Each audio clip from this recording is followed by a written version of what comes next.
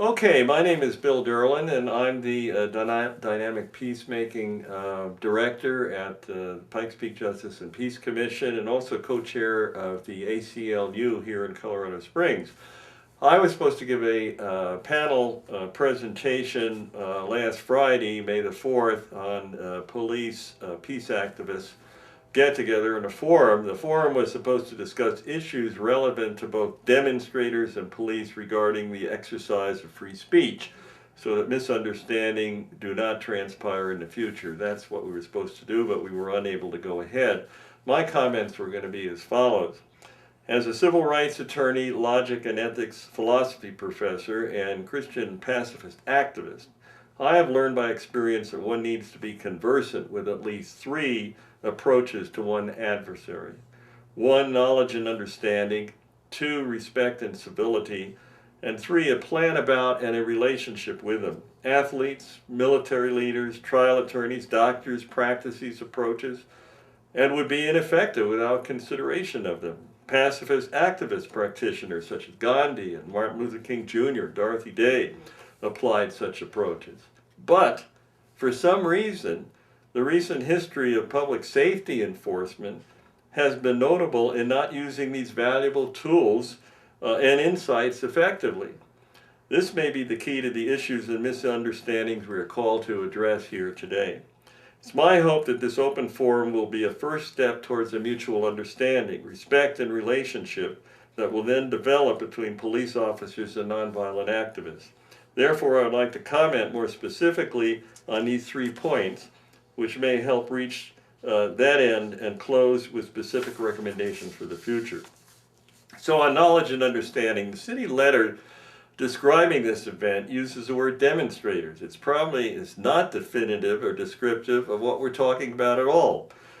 There are several types of nonviolent activists to begin with, such as non-resistants who are nonviolent but they're not activists, principled pacifists who actively practice nonviolence as a way of life but they may not be activists, nonviolent strategists who use nonviolence as a means of strategy, nonviolent anarchists who on principle do not adhere to a preset statement of requirements, actions, or reactions. And so the world of nonviolent activism is diverse and must be understood and respected. In contrast, the words demonstrators or protesters are much broader words, and many people could fit into those categories, and they're not accurate in describing what peace activists do on any one occasion. One needs to know not only what one's adversary does, but who he is.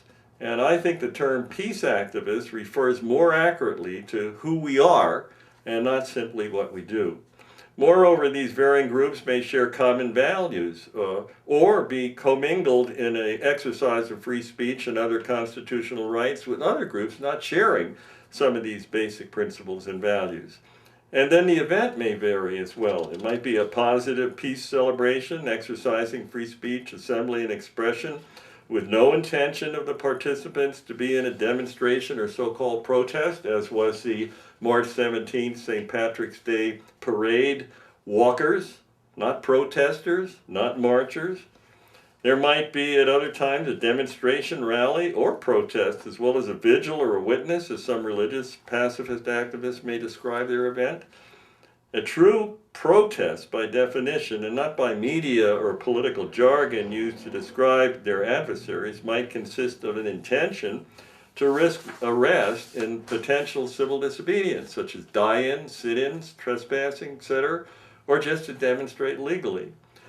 So it's well to know your adversary's motives and values, which form the basis of their actions. And I don't think the police know this very well, haven't studied it, and they're basically ignorant on the subject. Quite often, public safety officers or even parade organizers will decide to act quickly on a superficial observation of an action while not even familiar with the motives or values or the events that are taking place. And thus, they obviously are going to misinterpret them, then misunderstand the action as violent and dangerous, and even more so now that on a national basis, preemptive strike has been legitimized nationally. It seems to be the mode of action of public safety officials locally on our streets.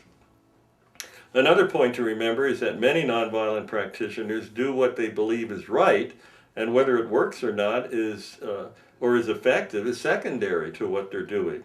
Moreover, they differ on the need to notify police ahead of time in preparing to exercise the rights that they are entitled to exercise anyway under the Constitution.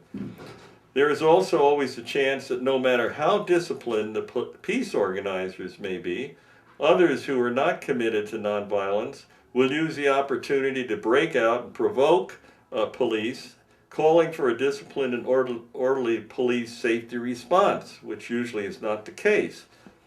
How police and peace activists react to overt, active adversarial force is crucial then. So knowledge and understanding are essential, and it is more complicated than this summary can go into at this time.